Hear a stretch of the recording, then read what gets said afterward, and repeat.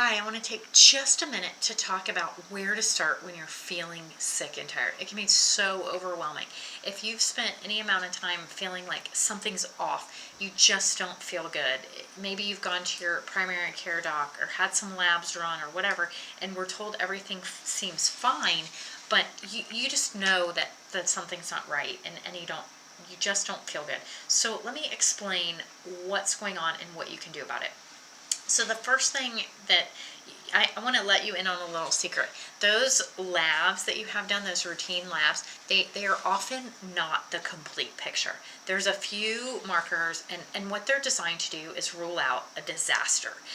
This is especially true if you come through an emergency setting. They just want to know, like, are you dying right now? Do you have a life-threatening condition? If not, you're told everything looks fine and go follow up with your primary care. Well, maybe it's functionally things aren't great, but you're not dying, so they go, okay, that's great.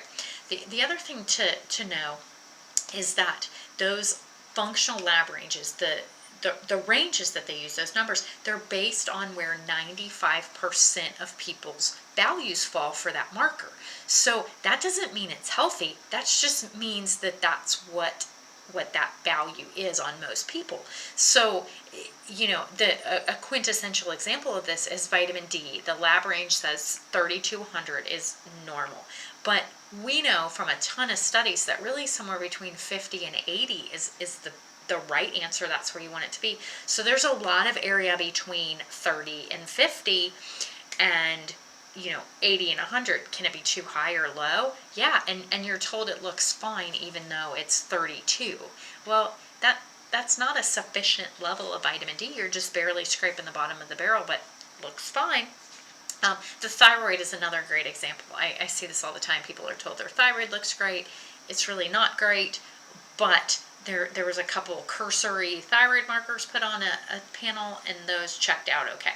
So just know that the intention of most of those labs is, number one, do you have something seriously wrong, and are you dying? Is this life-threatening? And then number two, medications. In order to be standard of care, you have to run labs, and if cholesterol's high, you get put on a cholesterol med, or if your blood pressure's high, you get put on a blood pressure med. Or inflammation, well, we got something for that too. We got some anti-inflammatories or steroids or whatever we have. And so those are important in the medicine pushing world for those things to be addressed, so that we know which medication to use and things like that. But that doesn't necessarily mean that we're understanding these labs functionally. So what do you do about it? The first thing that I think is really important is to find somebody who's going to look at your body as a whole person. They're going to ask some questions about what your lifestyle is, what your diet is, what you're doing, what have you tried, what's important to you, what are you concerned about. And then they're going to run a full panel that looks at all the systems. Even if you don't think you have a problem with your thyroid, or you don't think you have a problem with inflammation or your liver or your hormones or whatever, I see this all the time. Something shows up and it's out of left field from a patient perspective, but for me, I was like, oh, well, that's how this relates to this. And kind of a really classic example is someone that comes to me and says, I have adrenal fatigue. And I say, how long have you been having adrenal fatigue? And they say, 5 years. And I say, well, we probably need to figure out why your adrenals are being taxed. And that usually loops back to they're not handling their blood sugar very good. It's dysregulated, and that's very stressful on the body. So they might not feel stressed out, but their body is under constant stress because their blood sugar is swinging and dipping down and going high, and then flying down like a roller coaster. So that's hard on the body.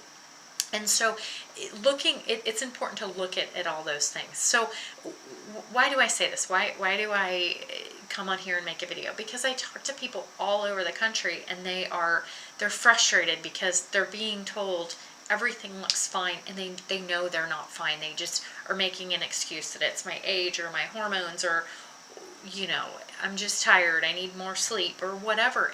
And really what they need is they need to get a good assessment on themselves, because once you have that clarity, then you can find out what priorities you have in your health. Is it your blood sugar? Is it your adrenals? Is it your inflammation that you need to get under control? Then you can make a plan, and that's when you really get traction and succeed. Otherwise, you're just frustrated. You're jumping from one supplement to the next, from one diet to the next, instead of understanding, hey, what's going on in my body and what do I need to do to reverse some of the trends that are not going in the right direction. So I just wanted to take a quick minute, introduce you to that concept. There is a link in the comments and description for this video where if you want to talk to me and ask some questions, I can give you a quick phone call, and there's a link to the blog if you want to look at. I put an example of some of the way that I look at labs. So if you want to see any of those things, those links are in there. Okay, thanks for watching.